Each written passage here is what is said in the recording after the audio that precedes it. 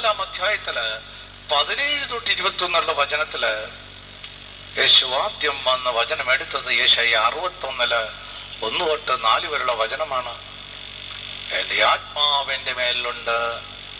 ആ ആത്മാവിനെയാണ് നമുക്കെല്ലാം വാഗ്ദാനം ചെയ്തിരിക്കുന്ന ദൈവം. ആ ആത്മാവാണ് നമുക്ക് കർത്താവ് വാഗ്ദാനം ചെയ്തിരിക്കുന്നത്.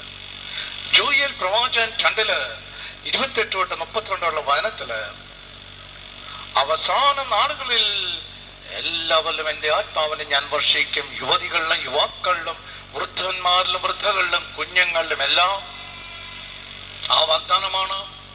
ആമോസ് പ്രവാചകൻ പറയുന്ന 8 11 തൊട്ട് 13 വരെയുള്ള വചനത്തില് അവസാന നാളുകളിൽ ഭക്ഷണക്ഷാമമോ ജലത്തിന്റെ ക്ഷാമമോ അല്ല, വചനത്തിന്റെ ക്ഷാമ. എല്ലാവരും ഓടും ഇത് കേൾക്കാൻ, വചനം കേൾക്കാൻ. ഇത് ഏറ്റവും കൂടുതൽ അറിയുന്ന സാത്താനാണ്. അതുകൊണ്ടാണ് അവൻ വെളിപാട് 12 15 തൊട്ട് 17 വചനത്തില് സർപ്പത്തിന്റെ വായിൽ നിന്ന് വചനം ജലം ജീവജലം ഒഴുകുന്നെന്ന് പറയുന്നത്. അമ്മയായ മറിയത്തിനെല്ലാം എതിരായി വചനങ്ങൾ കൊടുക്കുന്നത്. നമ്മിൽ വചനമില്ലാത്തത് കൊണ്ടാണ്. വചനമുണ്ടെങ്കിൽ നാം ശക്തരാണ്. 1 യോഹന്നാൻ 2 13 14 വാക്യത്തില് വചനം നമ്മിൽ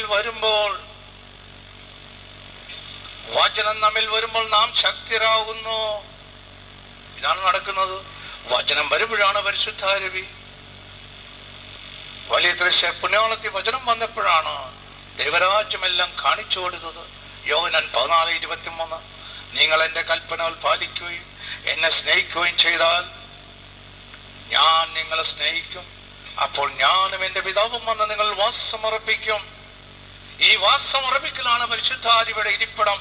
യോഹന്നാൻ 14:21 കർത്താവ് വെളിപ്പെടുത്തി തരുമെല്ലാം.